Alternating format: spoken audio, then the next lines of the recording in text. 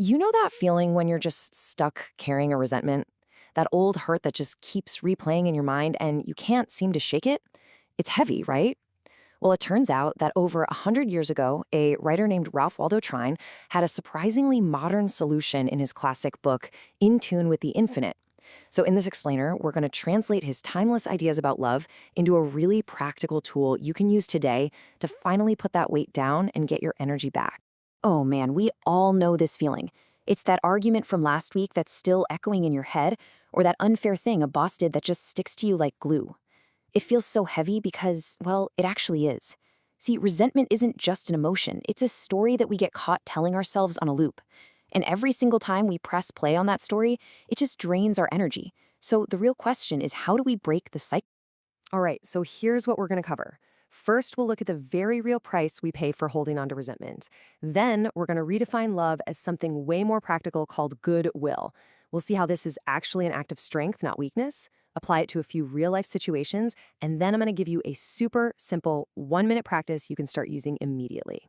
Okay, first things first, let's get real about what we're dealing with here. Resentment isn't just some vague feeling in your head, it has a real biological cost. Think of it like you're carrying around an invisible backpack full of rocks all day, every day. It just makes everything else you have to do feel that much harder. Now, there's actually a scientific name for this mental loop we get stuck in. It's called rumination. And all it really means is that our brain is trying to solve a problem by playing it over and over and over again. And what's so useful about this is that it frames resentment not as some kind of moral failure on our part, but just as a mental habit. And like any habit, it has a huge effect on our bodies. See, what's happening is every time we ruminate, our body's ancient stress system, the whole fight or flight thing, it stays switched on. This constant low-grade alarm creates what scientists call allostatic load. That's basically just wear and tear on your body from being chronically stressed. A century ago, Perrain wrote that hatred literally corrodes the body. And now we know why. It's a slow, steady, biological energy leak. So if resentment is the problem, what's the fix? Well, Trine points us toward love, but probably not in the way you're thinking. To make this work, we have to shift our idea of love from some passive, sentimental feeling into an active, powerful tool that we use for our own benefit. On the one hand, you have the usual idea of love, right? It's emotional, feels kind of out of our control, and it's always about someone else. But what we're talking about is totally different. This is practical goodwill. It's not a feeling you have to wait for. It's a choice you make. It's a skill you can actually practice.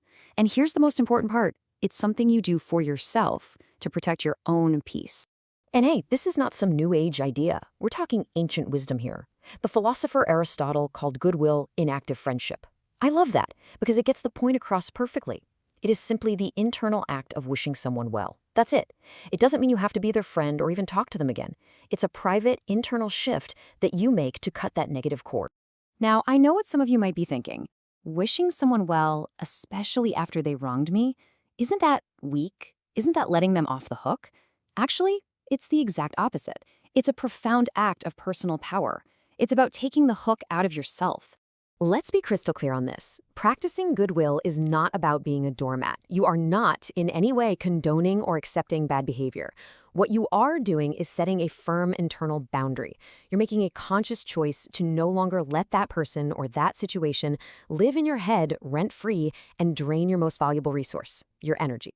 So this is the whole point, right? When you consciously choose goodwill, you are literally stopping that corrosion that Trine was talking about.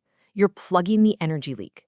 You silently wish them well, and then you powerfully take your focus back and put it where it belongs, on building the life you actually want to live. Okay, so theory is great, but what does this actually look like in the real world? Let's walk through a few common situations where this tool can make a huge difference. So imagine this. You're in a meeting and a coworker totally takes credit for your idea. Your first instinct is to just stew on it, right? Replay it all day, plan what you're going to say. Instead, you notice that hot feeling of anger. You take a breath, and in your head, you just think, I wish you well. And then you immediately redirect all of that mental energy into your next big project. You let your awesome work speak for itself instead of letting their behavior poison your... Or how about that classic hurtful comment from a relative at a family get-together? Instead of letting it ruin your night, or starting a fight you know nobody's going to win, you can use goodwill as an internal shield. You just acknowledge the comment, silently wish them well, and refuse to let that negativity in. You get to protect your own peace no matter what they're doing. And honestly, this might be the most powerful way to use this tool on yourself. When you mess up, that inner critic that starts shouting in your head, that's just another form of rumination. It keeps you stuck. But by turning goodwill inward, by practicing self-compassion, you break the cycle. You can finally stop beating yourself up over the mistake and actually learn from it. Okay, so this all boils down to one simple, actionable practice you can start using, like, right now.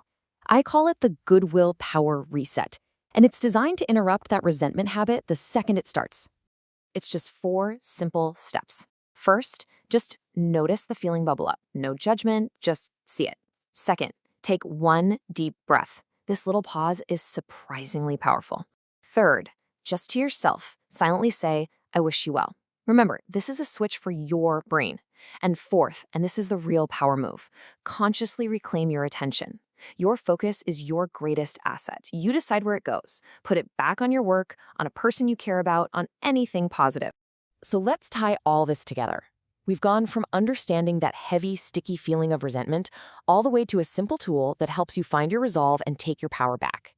So just remember these key things. Resentment is an energy leak, plain and simple, and it's fueled by that habit of rumination.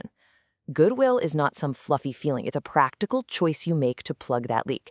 As Trine taught us, your inner world really does shape your outer world, and you can always use that simple goodwill power reset to get back in the driver's seat.